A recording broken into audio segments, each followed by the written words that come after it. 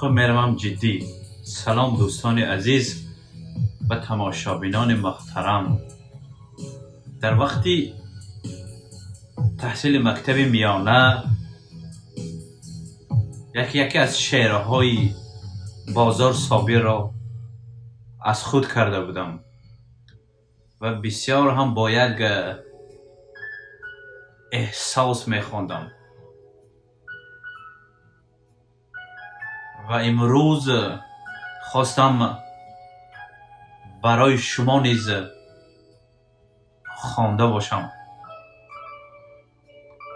شعر با نام وطن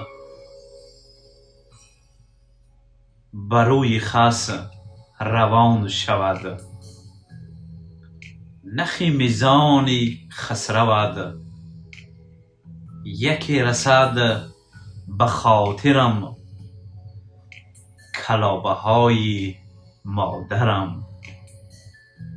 وطن وطن وطن وطن، منم به تو تنی بتن، کسم اگر کسی تویم، خسم اگر خسی تویم. به دیده پریده ام نهاده ام پری کهد، کفی دعا کشاده ام به داس ماهی بگهد.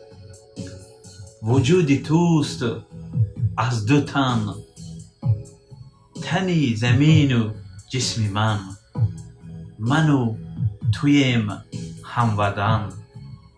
وطن وطن وطن وطن، دو چشم چار و خیره ام به خاک تپه های تو، به جای این به جای آن بمرده ام برای تو. وطن وطن وطن وطن. این گونه شعرهایی که بازار صابر دارد برایم خیلی پسند است. هرچند او یک انسان گوناگون عقیده بود اما شاعری خوب بود، الهامش در درجه عالی بود. خداوند جایش را جنت گرداند، باز خداوند داناست. الهام تمام شاعران همیشه سرشار باد.